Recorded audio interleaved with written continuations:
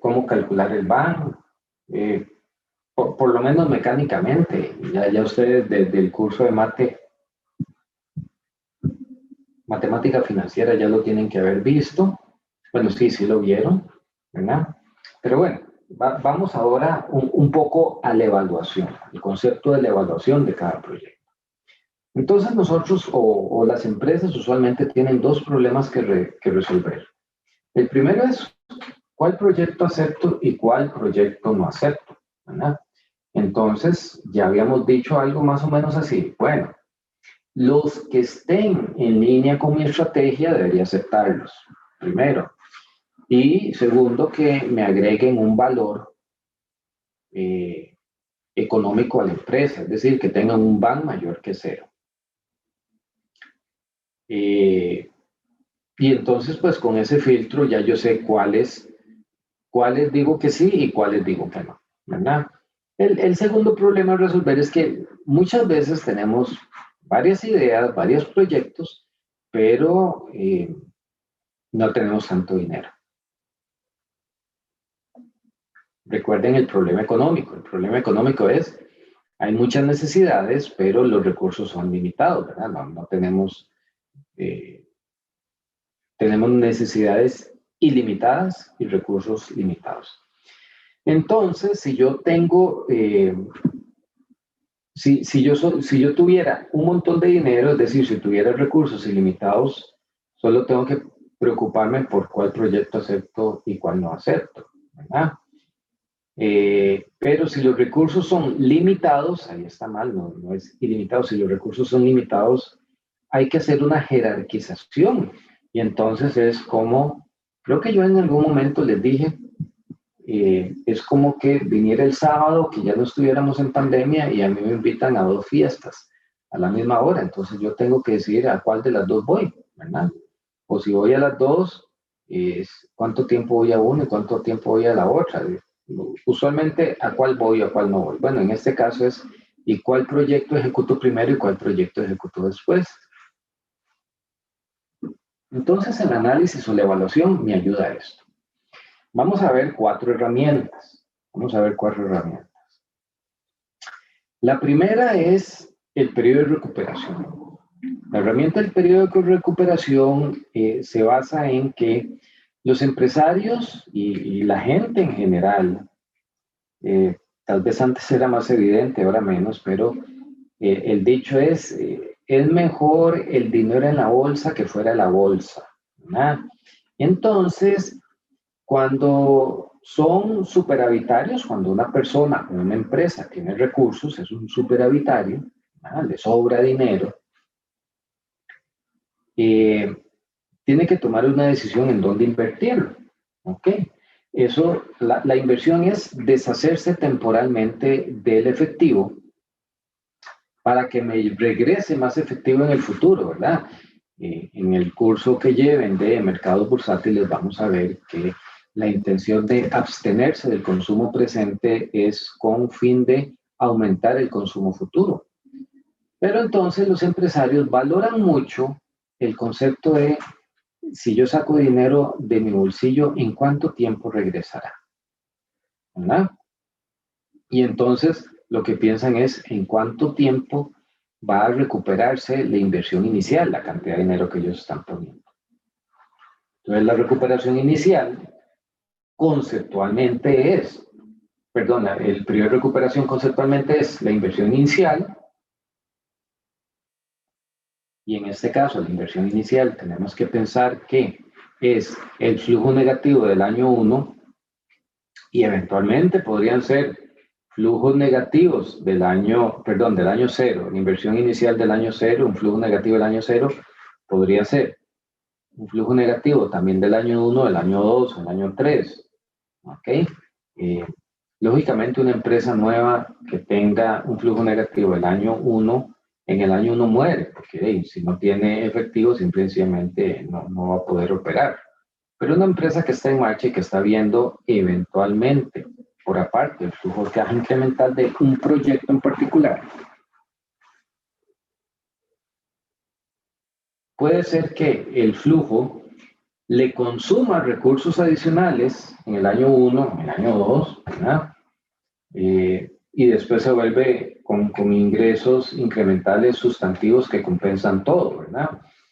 Pero entonces, cuando está ahí inversión inicial, no solo se refiere al flujo del año 0, sino también a eventuales flujos negativos del año 1, 2 o 3. O sea, el primer periodo que tenga negativo, dividido entre el R. Recuerden que el R en parte financiera es el concepto de la anualidad, es el flujo de caja neto.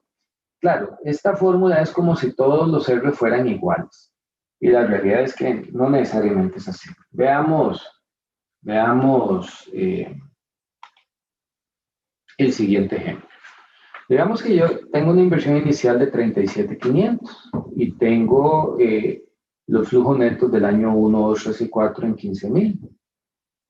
Entonces, ¿cuál sería mi periodo de recuperación? 37,500, el valor absoluto, ¿verdad? Dividido entre 15,000 es 2,5 años. 2,5 años son 2 años y 6 meses, ¿verdad? ¿Por qué los 6 meses? En realidad no hay un comportamiento lineal en todos los meses, pero tenemos que asumirlo en algún momento. Pero si dividimos 37,500 entre 15,000, da 2,5 años. Entonces, el periodo de recuperación para este caso en particular, ¿verdad? Son 2,5 años. En la realidad, ustedes no van a tener año 1, 15,000, año 2, 15,000. O sea, el año 1, 2, 3 y 4 no va a ser,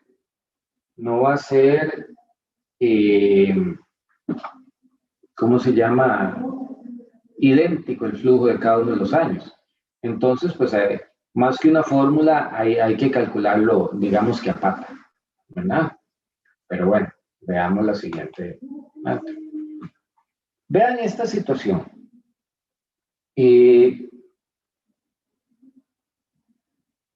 La inversión inicial sigue siendo 37,500. Solo que el comportamiento de los flujos durante el año es 25,000, 5,000, 15,000 y 12,000. Sigue siendo exactamente igual 2,5 años. ¿Por qué? Porque en los primeros 2 años recupero 30,000 y los 7,500 restantes, lo que me faltan, es la mitad del año 3. Note que los flujos no son iguales, pero aquí la fórmula no funciona, ¿verdad? Aquí lo que funciona más es como esa capacidad de observación de decir, sí, ¿ve? Año 1, 25,000 de los 37,500 me faltan 12,500 que recuperar. Año 2, 5,000, entonces ya solo me quedan 7,500 y esos 7,500 los recupero en el año 3. En el año 3 mi flujo neto van a ser 15,000. Entonces, si fuera así, pues simple y sencillamente es la mitad, ¿verdad? Si no tengo más información, serían 6 meses del año. Ahora, tenemos claro que bajo el principio de que es mejor el dinero en la bolsa que el dinero fuera de la bolsa, bajo el criterio de periodo de recuperación, las mejores inversiones son las que se recuperan en el más corto plazo, ¿verdad? Porque es un concepto de liquidez. Entonces veamos esto, ¿verdad? Yo tengo el proyecto A y tengo el proyecto B. Los flujos, vamos a ver, si yo calculo el periodo de recuperación para ambos proyectos, es exactamente el mismo. 2,5 años. ¿Cuál de los dos prefieren ustedes bajo el principio de que mejor el dinero en la bolsa que fuera de la bolsa?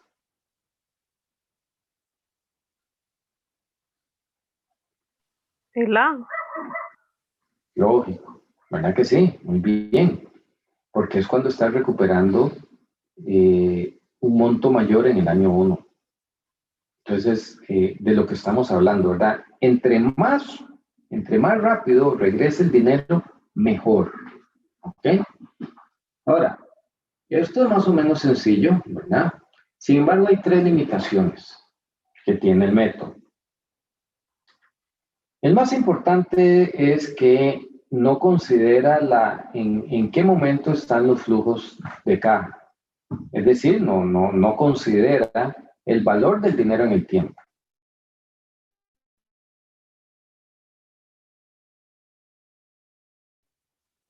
¿Ah? Sin importar cuáles son los flujos, es importante. Sin importar cuáles son los flujos, es importante. Pero compararlo en una fecha focal, lo que hemos llamado una fecha focal en parte financiera, y hacer las comparaciones positivas y negativas en esa misma fecha focal. Es la primera debilidad. No considera el valor del dinero en el tiempo. La segunda es que no considera los flujos obtenidos después del plazo de recuperación. Noten ustedes que ahí el año 1, 2 y 3 son exactamente iguales. Vamos a ver, la sumatoria del 1, 2 y 3 son 45,000, ¿verdad? Y es hasta el año 4 donde hay una diferenciación, porque en el proyecto A tenemos 15,000 y en el proyecto B tenemos 12,000. Sin embargo, el periodo de recuperación solo dice, lo recupero en 2,5 años. ¿Verdad? La tercera limitación o el tercer pero que tenemos de esto es que no considera los flujos de inversión inicial. Es decir, no es lo mismo sacar de mi billetera $1,000 que $100,000. No es lo mismo. No es lo mismo. ¿Ah? Y cuando me dice que el periodo de recuperación son 2,5 años, puede ser 2,5 años si yo invierto 1,000 o si invierto 100,000. ¿Ah? Pero definitivamente no podemos hacer esa comparación de que es lo mismo. ¿Verdad? Y por último, como que no hay todavía un consenso entre los inversionistas, entre los empresarios, entre los dueños de empresas, etcétera, etcétera, que diga cuántos años son los adecuados para recuperar algo. ¿Verdad? O sea, alguien que diga, sí, vea, 2 años, 3 años, 4 años, no hay un criterio. A nivel social, sí. A nivel social, porque se basa en el principio de que cada quien debería pagar eh, lo que está usando. Entonces, por ejemplo, cuando hagan la carretera San José-San Ramón, ¿verdad? Hemos hablado que la técnica de cobrar un peaje es buena en el sentido de que paga quien la usa, ¿verdad? Digamos que el gobierno haga la carretera San José-San Ramón y tome, y el gobierno la pague en el 2022, para ponerla, pague todo en el 2022 y se paga todo y se construye todo en el 2022, ¿verdad? ¿Quiénes pagaron la carretera? Todos los que pagamos impuestos durante el 2022, ¿verdad? La usáramos o no la usáramos. Pero aparte de eso, el que empieza a usarla en el 2023, pudo no, bueno, no hablemos del 2023. Si ustedes conocen a alguien que tenga 10 años y que en ese momento no pague impuestos, obviamente, y que dentro de 10 años va a tener 20 y la va a empezar a usar, va a llegar a utilizarla de gratis, ¿verdad? Estamos suponiendo que no hay peaje. Entonces, a nivel de inversión social, digamos, la técnica de cobrar un peaje es bueno porque paga quien la usa y durante el tiempo que la use. Entonces, si se va a usar, digamos, si la carretera tiene una vida útil de 30 años, pues entonces el periodo de recuperación puede andar alrededor de los 30 años. O sea, no hay problema porque es el principio de que pague quien la use, un principio económico, ¿verdad? Para que no haya transferencia intergeneracional, ¿verdad? Ni estrato social. Muy bien, me explico con esta herramienta de la inversión del periodo de recuperación.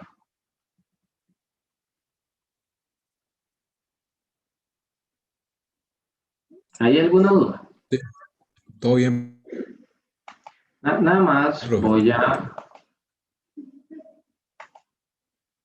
Vamos a ver.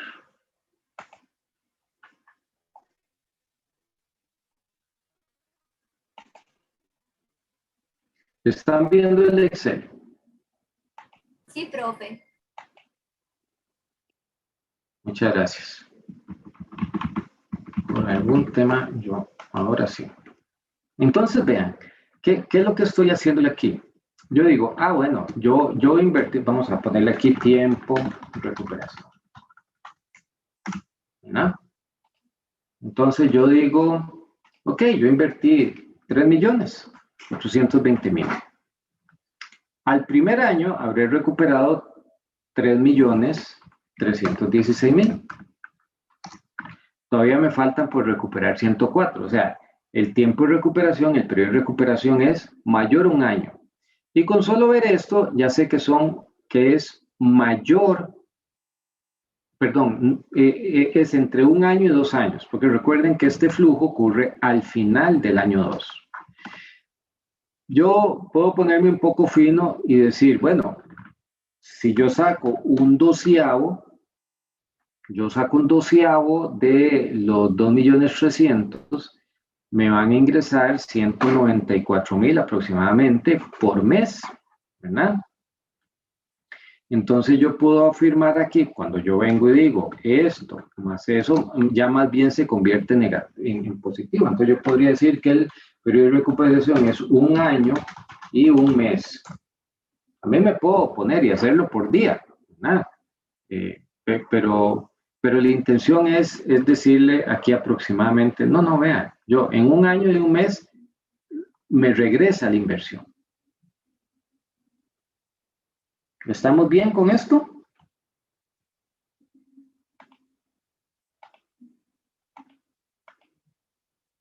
¿Sí? Sí, profe. Profe. Todo bien. Bien. Si escuchan que se corta la llamada o algo así, o que hay algo, me avisan. Estos días la conexión de internet ha estado terrible. Muy bien. Entonces tenemos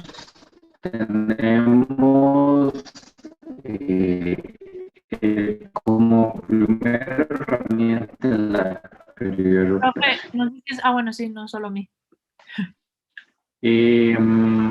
Como según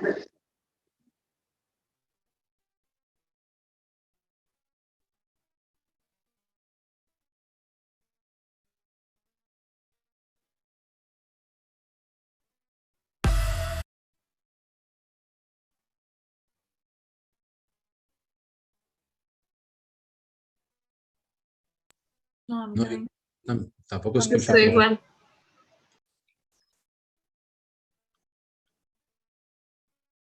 Creo que es mejor si le ponemos un mensaje por WhatsApp.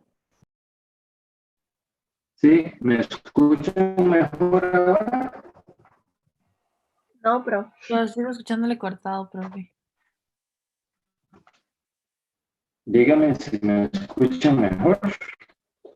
¿Sí? ¿No escuchan? Un poquito mejor, Yo lo pero sigo está bastante cortado. Ajá, sigue muy cortado. ¿Me escuchan?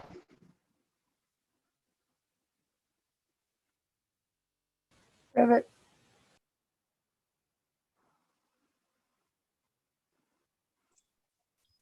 Otra vez no. Sí. Ya,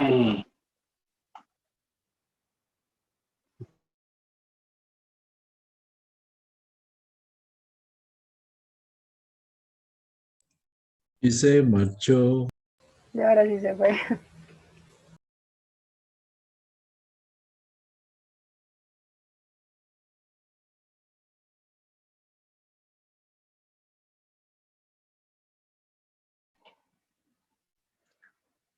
díganme a ver si me escuchan. ¿Me escuchan? ¿Me escuchan? Ahora sí, mejor. Ok. Vamos a ver. Entonces vamos con el segundo método. El segundo método es la rentabilidad contable. ¿Ok? La rentabilidad contable es un concepto contable, valga la redundancia. Es lo llaman también una rentabilidad aproximada o una tasa de rendimiento contable. ¿Y en qué consiste? Consiste en relacionar la utilidad neta anual promedio con la inversión promedio durante la vida económica. Y entonces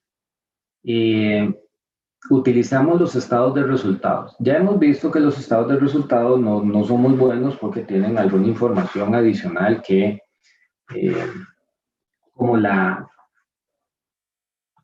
tiene información adicional como la depreciación que no es un movimiento de caja, ¿verdad? Pero bueno, la fórmula de la rentabilidad contable es la utilidad neta promedio anual, que la utilidad neta es más o menos, es una utilidad neta, es sencillo calcular, ¿verdad? Y lo que hay que hacer es un promedio de la vida económica que estoy analizando. Y la inversión neta promedio, lo que se refiere es que al activo que estoy comprando, a lo que yo estoy incluyendo dentro mi activo fijo, y le resto la depreciación. ¿Ok? Esto es la forma, digamos, más adecuada de compensar la otra parte de la depreciación que está en el estado de resultados. Y entonces, veamos este ejemplo. La inversión inicial son 40,000. Se deprecia en 4 años, línea recta, valor residual 0, entonces noten depreciación es de 10,000 por año, ¿verdad? El activo neto, que es el activo total, bueno, el activo menos la depreciación acumulada, ¿verdad? Entonces el activo neto del año 1 son 30,000, del año 2 son 20,000, del año 3 son 10,000 y del año 0 son 0, porque ya está totalmente depreciado, ¿verdad? Entonces, el promedio del activo neto son 15,000. Durante esos mismos años vamos a tener una utilidad, 2,400, 5,400, 8,400, 2,400, y el promedio son 4,650. Entonces, pues yo hago una relación ahí, ¿verdad? Y lo que tengo, recuerden la fórmula, la utilidad dividida entre la inversión promedio. La utilidad dividida entre la inversión promedio me da una rentabilidad contable del 31%. Ustedes pueden compararla, que aquí yo puse un anual, ¿verdad? Yo fui calculando un anual, pero este anual tiende a modificarse o a ser impactado mucho por la utilidad que se tenga. Ahora, es importante que esta utilidad contable sea producto del estado de resultados del proyecto. Ustedes para el no hay tercer avance, para el trabajo final, tienen que hacer un flujo de caja incremental, obviamente, ¿verdad? Pero también tienen que proyectar balance, situación y estado de resultados. Ese balance, situación y ese estado de resultados son exclusivamente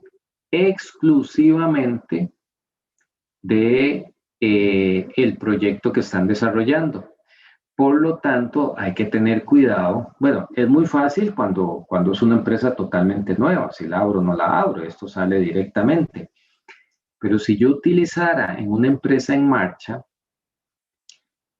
el estado de resultados que utilizo y el balance de situación que utilizo tiene que ser también el incremental, es decir, el que está exclusivamente relacionado con el proyecto. Bueno, aquí calculamos entonces la utilidad dividida entre el activo neto, me da un 31%, que es una tasa bastante altita, ¿verdad? Pero también tiene debilidades, ¿verdad? ¿Cuál es la primera debilidad? Que no considera el valor del dinero en el tiempo, ¿verdad? Es lo mismo el flujo del primer año que el flujo del último año, y ustedes saben que no es así, ¿ok? Y lo otro es que utiliza el concepto de utilidad contable y no el de flujo de caja. Y recuerden que estamos acostumbrados, no estamos acostumbrados. Hemos visto que lo adecuado es utilizar un flujo de caja, no un estado de resultados que puede tener elementos que no son ni ingresos ni egresos de efectivo. ¿Ok? Noten que en el anterior, ¿verdad? En el periodo de recuperación, utilizábamos un flujo de caja para calcular el periodo de recuperación. En la rentabilidad contable no utilizamos un flujo de caja, sino utilizamos balance de situación proyectado y estado de resultados proyectado. ¿Ok? Muy bien. ¿Dudas, consultas hasta aquí?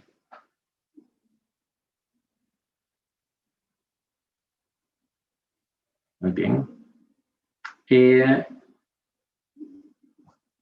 También tenemos como tercer elemento la tasa interna de retorno, la TIR. La TIR ya la hemos visto en matemática financiera, ya la han visto en Finanzas 1 y 2, ¿verdad? Y pues en realidad vamos a repasar el concepto, ¿verdad? La tasa interna de retorno o la tasa interna de rendimiento es la tasa de descuento que hace que el valor actual de los flujos positivos sea igual al valor actual de los flujos negativos. Y obviamente considerando el valor actual es el de, considerando la inversión inicial. Entonces, vean que ahí está la igualdad, donde la inversión inicial, considerando que eso es únicamente el flujo negativo, es igual al valor presente de los flujos positivos, ¿verdad? Y aquí conocemos tanto los flujos negativos como los flujos positivos. Y como es una igualdad, pues la R es, o la tasa de descuento. Bueno, perdón, y conocemos también el periodo de la vida económica, ¿verdad? El N, lo conocemos. Entonces, aquí lo que hacemos es simple y sencillamente ver cuál es la tasa que se iguala. Si yo estuviera en este, digamos, en este ejercicio que tengo en pantalla, ¿están viendo el Excel? Sí, profe. Muy bien.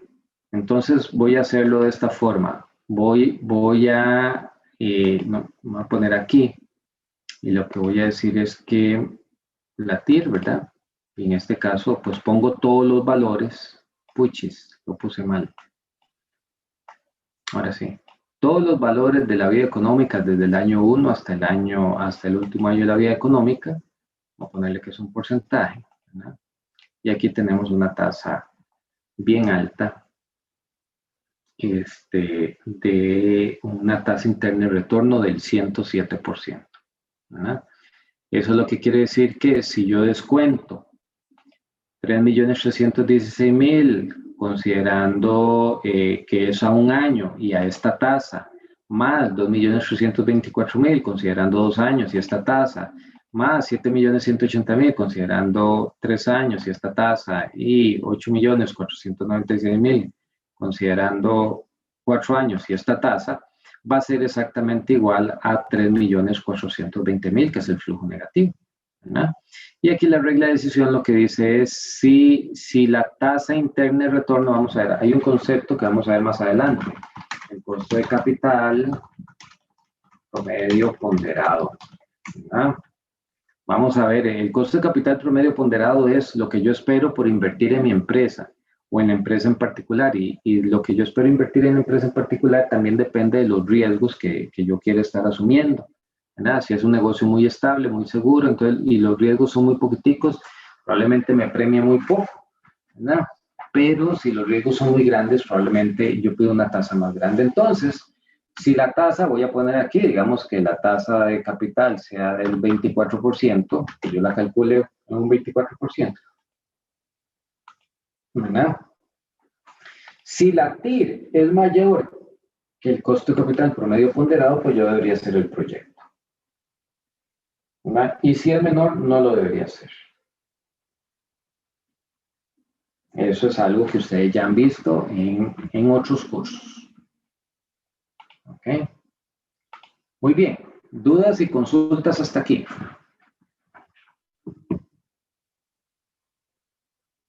Todo claro, profe. De momento.